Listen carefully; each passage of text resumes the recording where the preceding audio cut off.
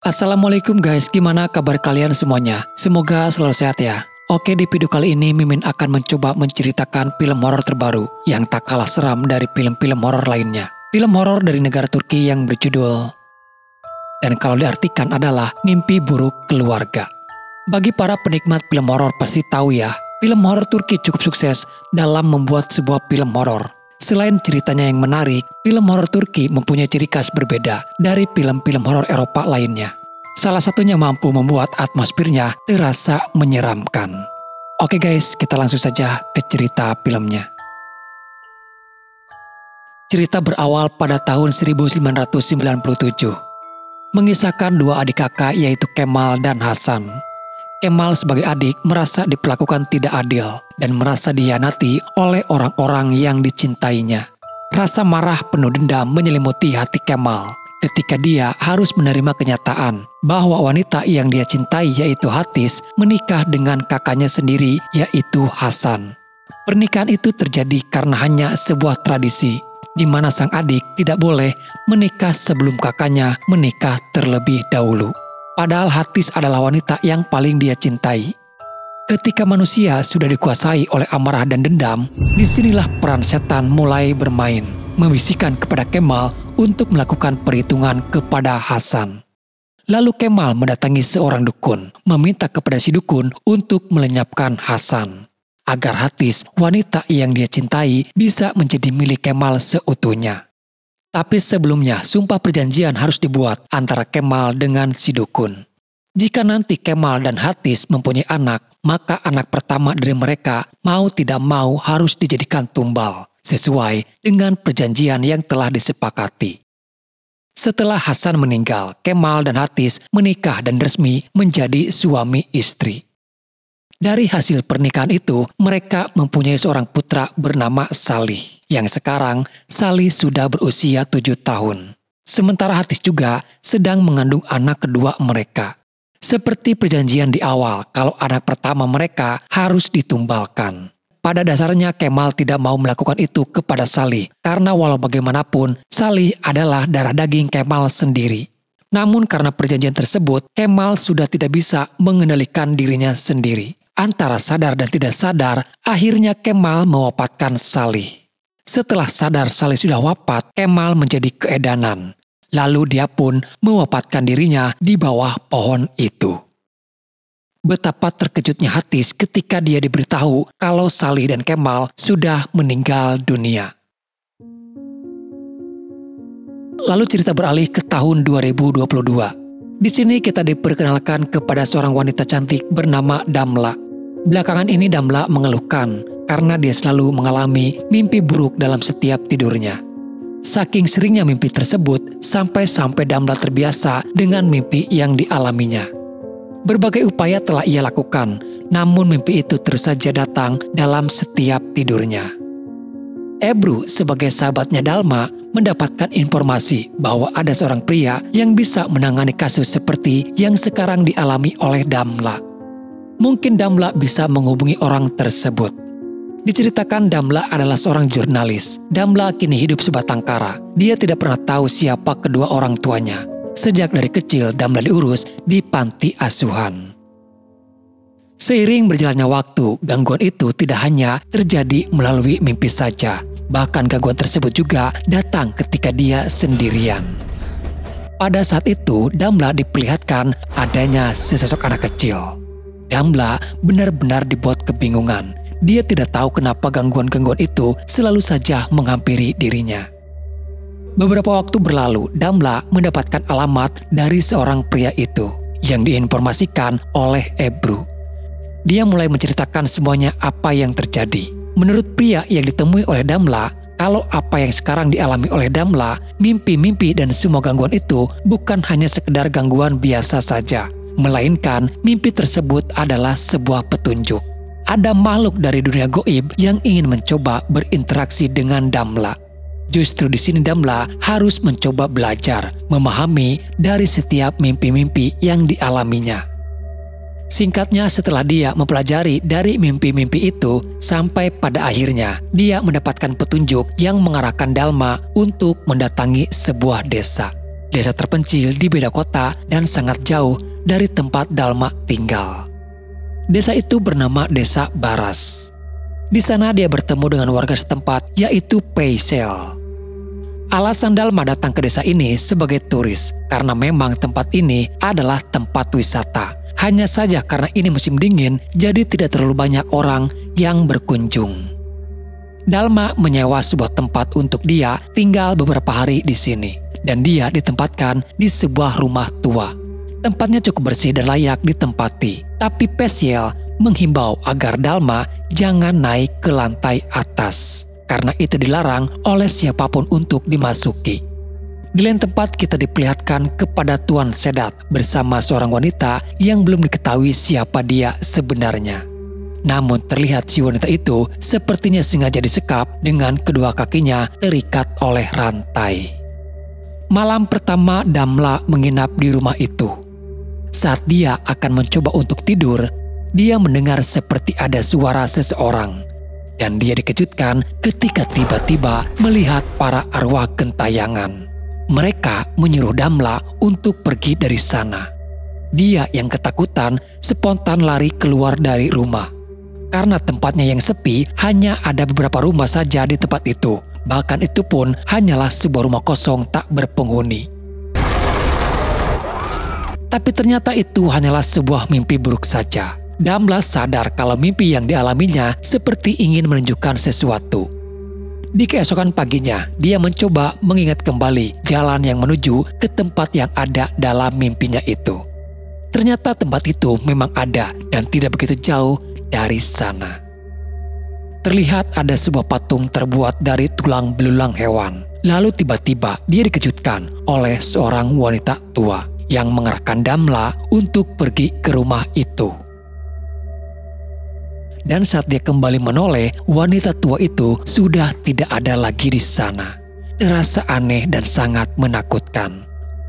Damla terus menuju ke rumah itu sembari merekamnya. Tapi dia didatangi oleh seorang pria tua yang tak lain dia adalah Tuan Sedat. Damla berterus terang kalau dirinya adalah seorang jurnalis yang ingin mencoba meliput tempat ini. Sedat memperingati Damla untuk jangan terlalu jauh mengetahui tempat ini, apalagi jangan pernah mencoba masuk ke dalam rumah itu jika tidak ingin sesuatu terjadi kepada Damla. Tuan Sedat menakut-nakuti Dalma karena di daerah ini masih banyak hewan-hewan buas berkeliaran. Semakin dia dilarang, semakin membuat Damla menjadi penasaran. Pada malam harinya di tempat dia menginap, Damla nekat menaiki ke ruangan lantai atas. Dia menemukan beberapa foto keluarga yang masih terpajang. Dalam pikirannya mungkin itu adalah foto keluarga yang dulu tinggal di sini. Dia memasuki lebih dalam lagi dan menuju ke sebuah kamar.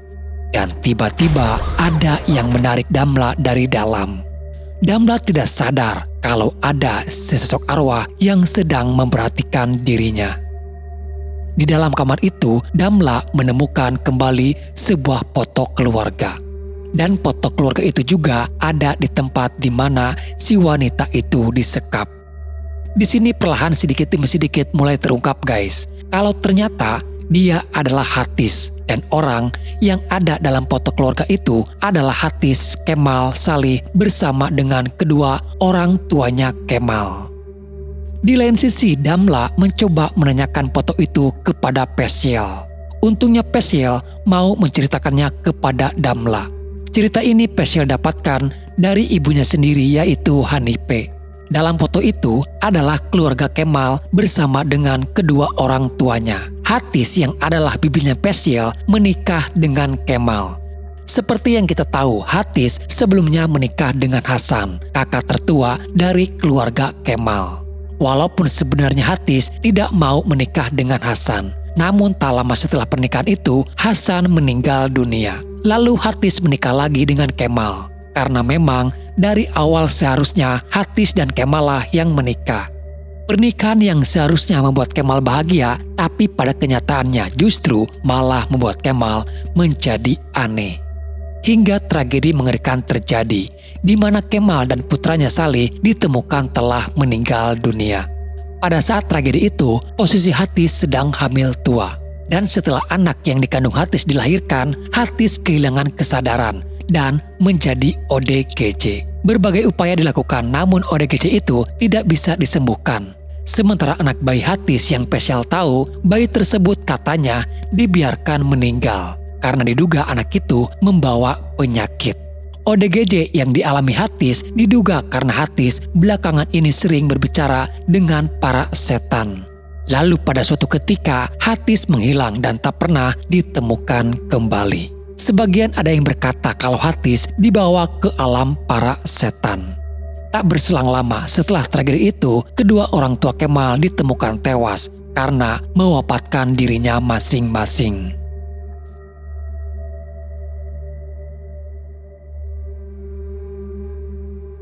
Tuan Sedat tahu kalau Pesyal malah menceritakannya kepada Damla karena Damla sempat menanyakan kembali kepada Sedat tadi siang. Jadi Sedat ini adalah pamannya Pesyal guys. Dan Hanipe adalah adiknya Sedat sekaligus ibunya Pesyal. Oke guys, di sini Mimin akan mencoba untuk mengurutkan silsilah dari keluarga ini. Sedat sebagai kakak paling tua, disusul adiknya Hanipe, lalu Hatis, dan terakhir Padma. Di sini kita jadi tahu kalau ternyata Hatis tidak menghilang seperti apa yang diceritakan Pesyal, melainkan Hatis disekap selama bertahun-tahun karena diduga Hatis adalah seorang penyihir.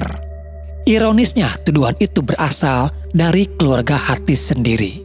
Sedat sebagai kakak tertua sangat tega memperlakukan Hatis secara tidak manusiawi.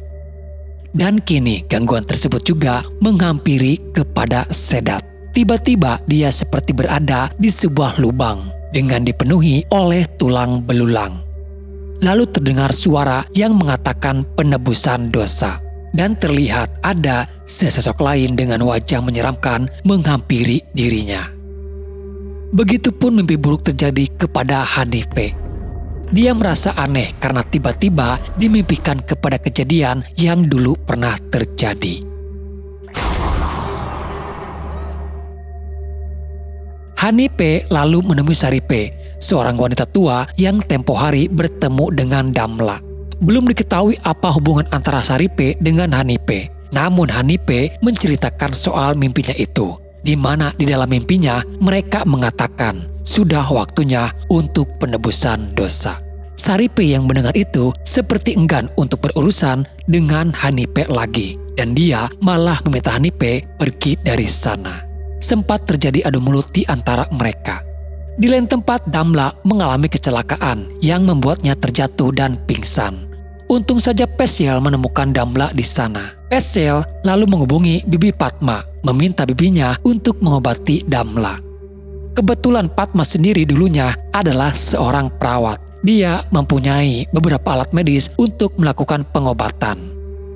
Tapi betapa terkejutnya Padma ketika dia melihat ada tanda hitam di lengannya Damla. Seakan tak percaya, Padma melihat tanda itu kembali. Dia tidak banyak bicara dan langsung pamit pulang. Damla sendiri merasa aneh dengan tingkah laku Padma pada saat itu. Teror gangguan penampakan mulai mendatangi mereka semuanya. Kini Padma pun merasakan gangguan tersebut. Mereka datang menghampirinya dan mencabut lidah Padma karena Padma tidak berani berbicara apa yang sebenarnya terjadi dan malah menutupi kejahatan yang selama ini terjadi. Begitu juga gangguan itu kini menghampiri Pesyal.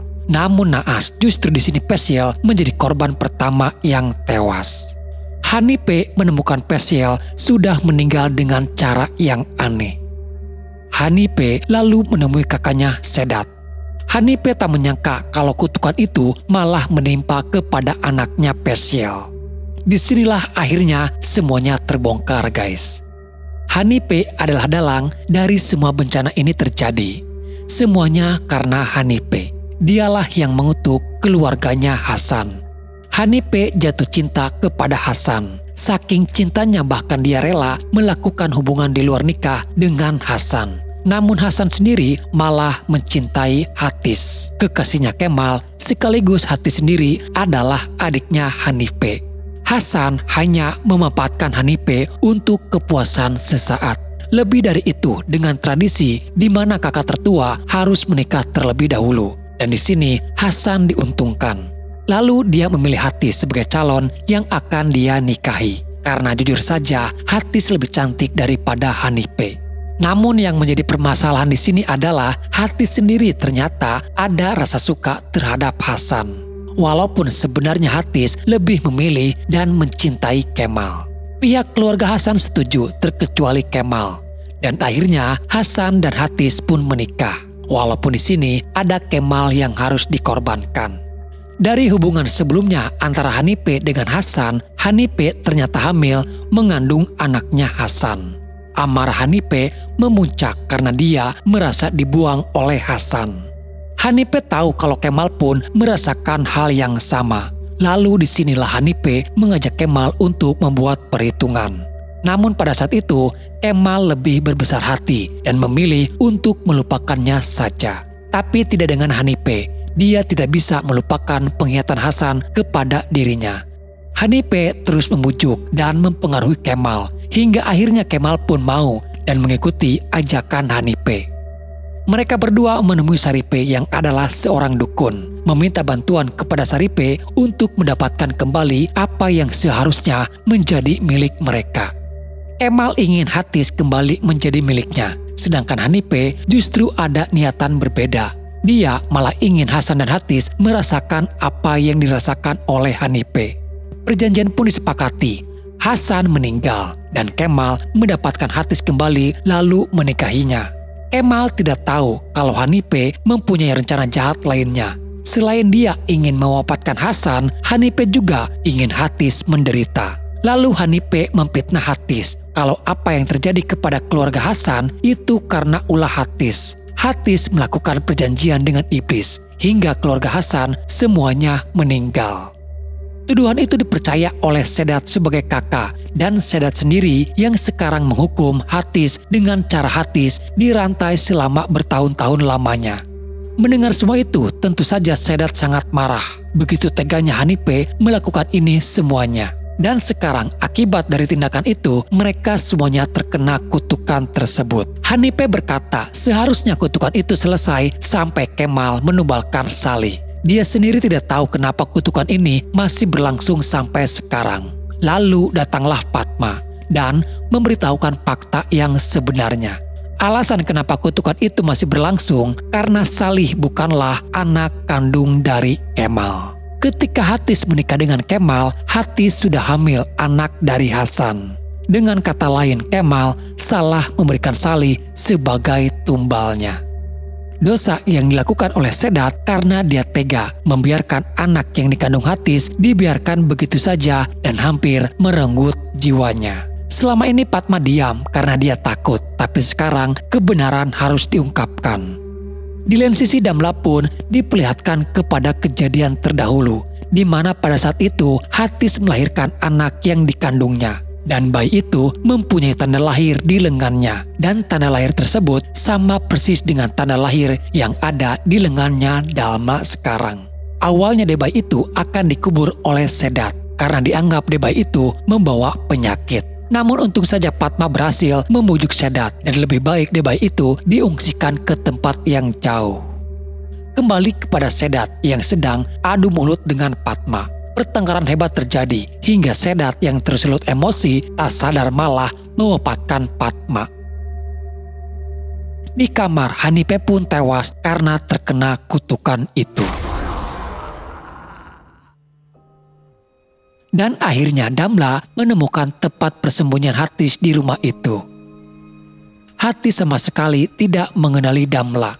Dan ketika Damla memperlihatkan tanda lahir itu, Hatis seakan tak percaya karena yang dia tahu anaknya telah meninggal dunia. Setelah beberapa tahun mereka berpisah, akhirnya Hatis bisa bertemu dengan anaknya kembali. Tangis haru bahagia sudah tak bisa terbendung lagi. Mereka berdua pun meluapkan kerinduannya itu. Namun dari belakang, tiba-tiba Sedat menarik Damla dengan sebuah tambang. Sedat tidak ada tobat-tobatnya, malah kini dia yang akan mewafatkan Damla. Hatis yang lemah tidak bisa menolong Damla, hingga akhirnya Damla pun tewas. Sedat seperti orang kerasukan setan. Setelah apa yang dia lakukan, timbullah rasa penyesalan. Dari arah belakang, Hatis bangkit lalu menikam Sedat dengan sebuah kapak. Dan Sedat pun akhirnya meninggal dunia. Hatis membawa jasadnya Damla disaksikan oleh para arwah gentayangan. Dan di sini akhirnya film pun selesai. Oke guys, jadi itulah alur cerita filmnya. Sebenarnya cerita ini masih ada sequel yang keduanya guys. Jadi tunggu saja untuk cerita selanjutnya. Dan semoga saja apa yang ingin ceritakan dan sampaikan bisa menghibur dan menemani luang waktu kalian. Sampai jumpa di video selanjutnya. Salam dari admin dan bye-bye.